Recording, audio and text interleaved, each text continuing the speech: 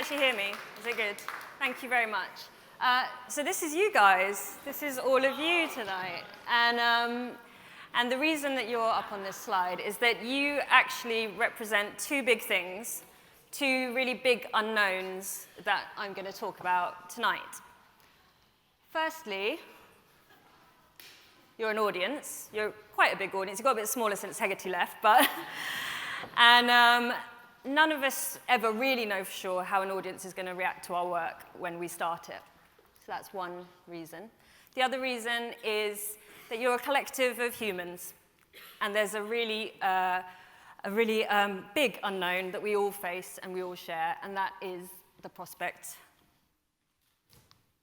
of death. So I'll be talking about that as well. But before I get into that, I guess the reason I'm kind of approaching it this way is that I'm just considering what is it that makes us all want to be creatives. And for me, a big part of that is the unknown. I think that every day we face the unknown. We face a blank piece of paper, a new brief, a new territory that we don't know anything about. And I think that certainly for me, that's one of the things that makes creativity so exciting, that kind of fear that goes with the unknown. So big unknowns, these two projects that I'm going to talk about tonight. The first one is the day job, and the second one is a personal project. And in terms of time, they did kind of overlap. So there was a certain period of time where I was thinking about both of these big unknowns at the same time. First one is our recent rebrand of BBC Two from last year. And I'm going to start by showing you the final work. Oh, no. Do that again.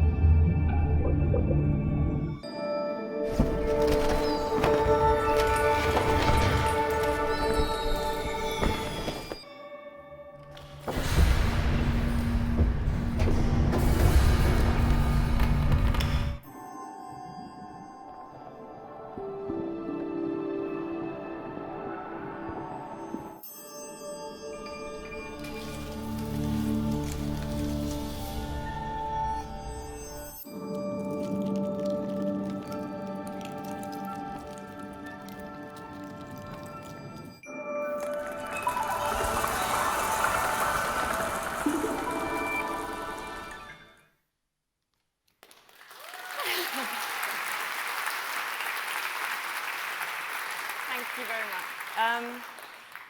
And so as I mentioned, the really big unknown for us at the beginning of this project was the audience. There was BBC Two, it's, you know, we're talking to the British public and also to our industry. And the BBC is such an important cultural institution, so even just thinking about taking on this brief was enough to give you palpitations, but a very exciting challenge. And to make matters worse, of course, we had to follow this. I mean, an iconic, amazing brand, going right back to 1991, Lambie-Nairn's amazing work that existed in one form or another for over 25 years. So quite a lot of pressure, quite a lot of fear and worry about that unknown reaction that we might get at the end, whatever it was that we might produce. But the brief was to create something that would match up to and represent what BBC Two is actually about today. And that is the British terrestrial channel that commissions the most original content, more than the other channels. And because of that commissioning approach, it means that they have an incredibly diverse kind of range of programming. And they commission an awful lot of unusual, groundbreaking programs. Often they go on to bigger things on BBC One or even Netflix. And so they're an amazingly creative place. And we needed to try and find something that would reflect that diversity of their programming. Another big unknown that started right from the beginning of the project is that people talk about collaboration in our industry a lot. And everybody says, yes, we're very collaborative. We always work collaboratively. But really collaborating is very uncomfortable. I'm here talking about BBC Two tonight, but obviously I was working with our amazingly dedicated and small but fantastically dedicated team at Superunion, but we were working in partnership with BBC Creative, another creative department, agency essentially. And then we were working with BBC Marketing and directly with the BBC Two commissioner and his team. So the group that was working on this was huge. And then we had all of the amazing animation collaborators too. So when we talked about collaboration, this really was pretty big in that respect.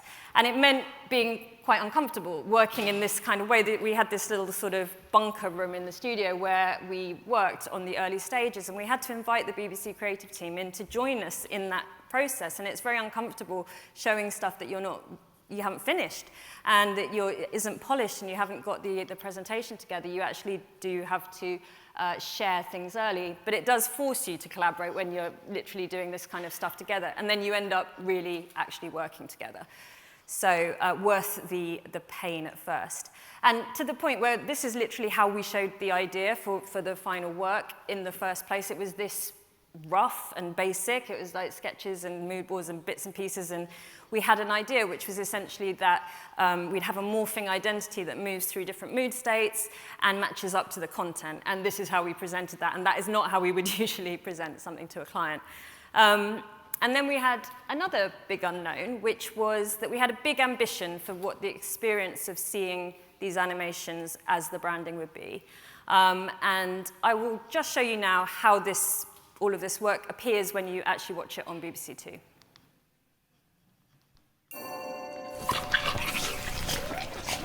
Now on BBC Two, it's time for... Sorry, I am so taking that thing home with me as a pet. While I try and catch it, you watch this. We're flying over Lebanon! Discover the Mediterranean you'd never expect with Simon Reeve. Starts tonight at 8 on BBC Two. The heartbreak of this place. Love it and hate it like no place on earth.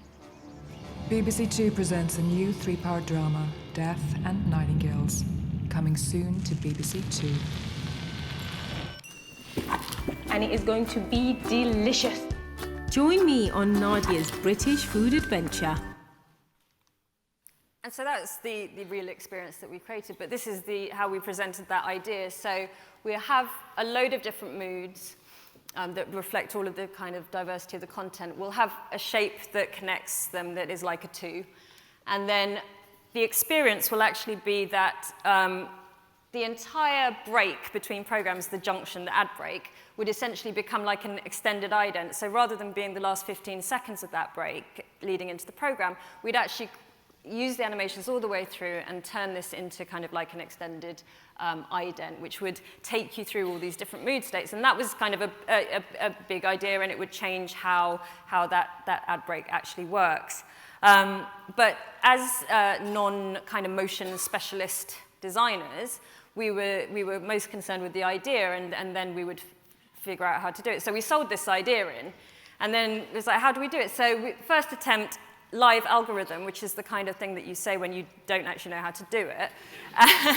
And that was, well, we can make something that is automated and it will match programs to different animation styles, and then maybe they could all be generated live all throughout the day. That was our idea. BBC kind of patiently listened to us and then said, do you know how much that would cost? You'll have to have bespoke software and hardware in 4 different locations with backup boxes. That's not going to work. This kind of graphic equalizer live algorithm isn't going to work. So we learned from that. And then we thought about the live vision mix, because we've been to the playout department and we started to understand how it worked. They have to line up everything and actually literally play it live. But we understood that they had some control over mixing in and out of things. So then our idea was, what if you had loads of layers of different animations and footage, and then they could kind of vision mix in and out like DJs, and then they could create morphing things all throughout the day, and that would be a nice way to do it, and that would be possible. And maybe it is possible, but these people have jobs that do not include mixing in and out of animations and footage to create the brand identity. So that was not practical either. But we were getting closer and closer. Then we had the animation morph. So we make a nice animation that's fun and then one that's a bit creepy. And they're separate things, but we need to join them. So we make a little mini animation that has 2 styles in it, and it's like a morph, which means we can match that one to something totally different with a different little connector. And that seems like it'll work because you can just put it in a line and play it. But we did the maths, and then for 15 moods, it would end up being 270 animations that would then need to be put in order to kind of create these connections. So still not the most practical solution. But we were definitely close now, and we ended up with the solution that you've seen, which is the match cut. And so rather than this being a morphing identity that seamlessly kind of morphs, it actually has a hard cut, but that it acts as a glue so that you can kind of, you get the idea. And that was how we did it in the end. And I guess the thing is that we had this big ambition that was crazy and completely unfeasible. And yet through learning and talking and working things out, we actually got to something which is probably more interesting and better in the end. But we probably never would have even thought of this idea was feasible if we'd known more about how playout worked, about broadcast. So it was a bit of naivety that maybe was a good thing to make us think bigger about these unknowns. Finally, we started to work in motion. We started to partner with Future Deluxe, amazing people who helped us actually start to see things move. And they investigated with us how that 2-curve would look, and some kind of rules, and starting to establish this textural abstract quality that all the animations would share. As well as that, we gave them, this was our structure diagram about how this ad break's going to work, and this is how we worked it out, and this is how we presented it to the BBC for sign-off. And we were like, can you check if that's going to work, please? And they did, and it miraculously was very, very close. So we had been paying attention and thinking it through, but we needed the proof, and we needed to make sure that it was really going to work technically, and Future Deluxe helped us to start to see that idea come to life, and also to figure out a way to brief animators so that we could make one animation that we could cut up to create all the different assets that we need.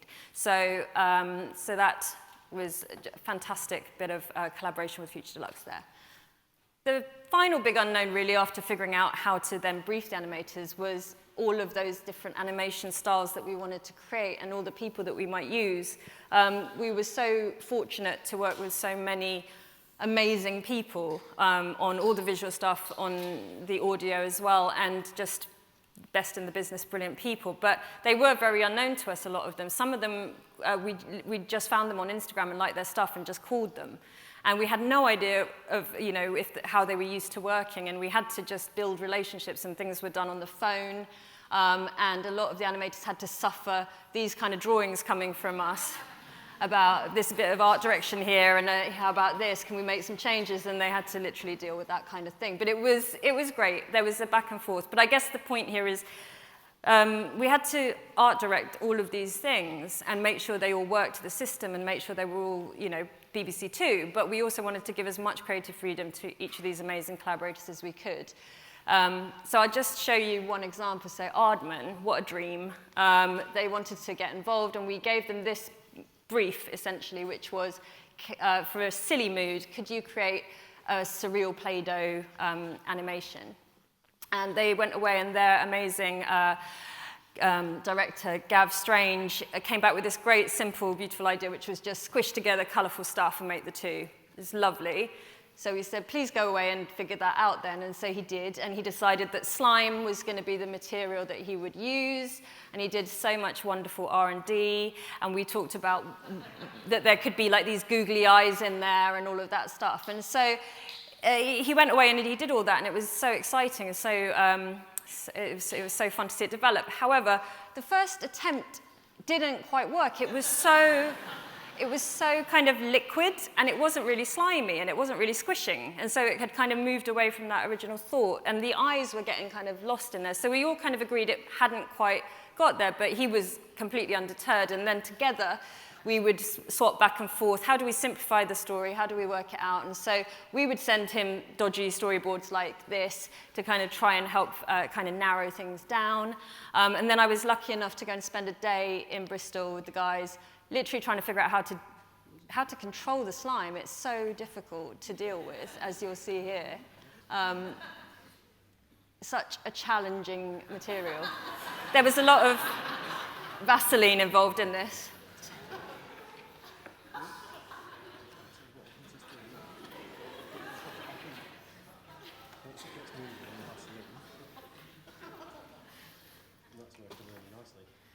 So, tricky stuff. But Gav was determined this was going to work. And the challenge we then set him was that we really wanted character in there.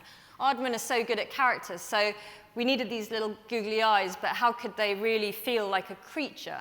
And they solved this so brilliantly. So they hand puppeteered these googly eyes and kind of shot so much of this actually in camera for real. And then with a little bit of post-production magic, this is the final animation.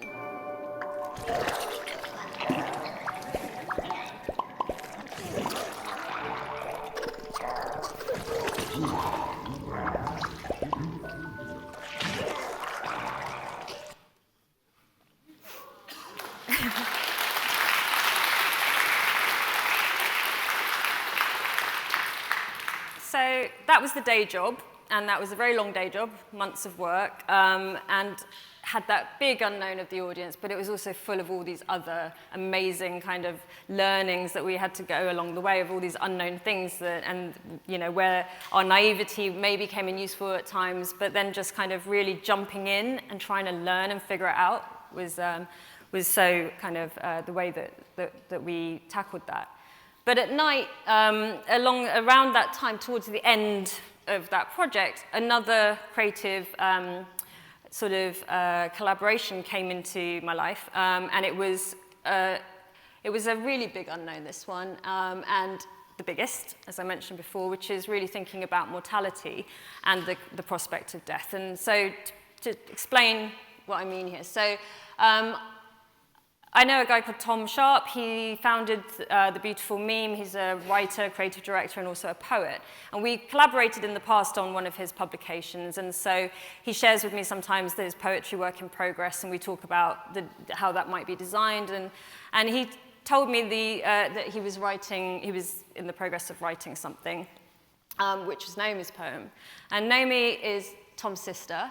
And he had found out that, they'd all found out that she had some real cliff edge health news. She'd had a very serious diagnosis, and Tom's response was that he wanted to write about that, write poetry, and then send her sections, and so that she could react to it, and that would form the next part, and kind of write about the process from that diagnosis.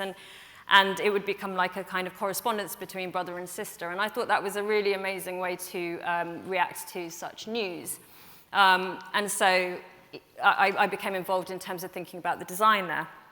And it's the biggest of unknowns. It's something that we all think about, but no, we don't like to talk about at all. And so trying to think about how you might design for that kind of subject, especially when it's so sensitive, when we're talking about real people and their feelings. And so that was a very daunting prospect, but also something that really, really interested me. In In terms of the design decision, so this is an amazing story and you should look it up, but the Dove's type was the typeface chosen for this. And the short version of the story is that this typeface was lost, I think in 1917. The type was all thrown into the River Thames, and so it was lost. But this guy called Robert Greene was trying to digitize it and had from kind of printed material, and then actually managed to get divers to go down and find the type. And so then it came up in this kind of state, and then from that he was able to actually create, to create the digital version of the typeface. And we just loved this story, and it was so wonderful, and the idea of this drowned type. There's a lot of drowning imagery in the poem. And it just felt kind of apt for such a sort of heavy subject to have this drowned typeface that had been rescued and revived. So that was the type decision. In terms of paper, we knew that we wanted it to be really delicate and fragile. And so, again, kind of driven by the words and the ideas, there's a passage about that talks about church. So Bible paper seemed really apt, and it was really fragile and really, really delicate. Then on to the binding of the publication. There were some thoughts that Tom had about surgical stitching and trying to kind of think about how that might feel if a book was bound that way. And in the research, we went to visit an amazing woman called Fleur Oakes, and she is Imperial College's Vascular Surgery Department lace maker in residence. I mean, what an amazing thing to be. She's an amazing artist. She works in this incredible 3D embroidery, but because of her work with surgeons, she was able to kind of give us some kind of just some interesting thoughts about the binding and the stitching that might kind of evoke surgical stitching. And so these are some of the kind of research images. We did some handmade tests, and we ended up settling on this kind of a version of Japanese stab stitch binding, which that seemed to feel really visceral and had the right kind of quality, and that leaving the kind of the end stitch sticking out was kind of felt like how surgical stitching would be done. So there were all these details that we worked on together to try and evoke the themes in the poem. And this is Naomi's poem. It's about this big. But the real big idea here, really, that I was most excited about was how to make people kind of, how they would experience the reading. So when you receive it and open it, it's like this. It's Bible paper. You can see the text kind of showing through a little bit. But you can't actually read this without tearing the page. It's French folded, so you need to actually slit or tear each section open to read the poem. And I just really like the idea that that would force people to slow down, essentially, and to make a decision to actually read it. There'd be a sense of anticipation, like when you get a letter and you have to open a letter. And it can only be experienced once, because after you've slit it, you won't be able to do it again or tear it. You could even just tear it with your finger. So you can't flick through it. You can't get to the end and see what happens. You can't just browse. You have to kind of sit down, take some time, and read it. And I really like the idea that that's how people would experience this. There's blank spreads in between, and it's kind of like the time gap between the next installment of the story, really. And I really like the fact that it's fundamentally changed the object, too, because what was perfect and pristine is now damaged forever by the act of you actually reading it. And so it's a completely different object at the end. So that's the response to the biggest of all kind of unknowns. And I was relieved that the reaction was good, both to the beautiful poetry, but also to the way that people were experiencing reading it, and that rather than that being a gimmick or something designy, that it was actually something that helped, that supported the writing and that made the reading more meaningful as well. Because the last thing I would want to do would be with a subject like that, to decorate. You know, it was really about trying to create the right experience. So those were the big unknowns. I just thought it was interesting to reflect on those two projects with their overlapping, and also in terms of the things that were frightening about them, the things that demanded a bit of a leap. And I think that's something that's really exciting about our industry, is that we can kind of seize onto these unknowns. And sometimes the bigger the unknown, you know, the better the work might be at the end, because you're out of your comfort zone, you're pushing yourself and you're learning and you're trying really hard. Thank you very much.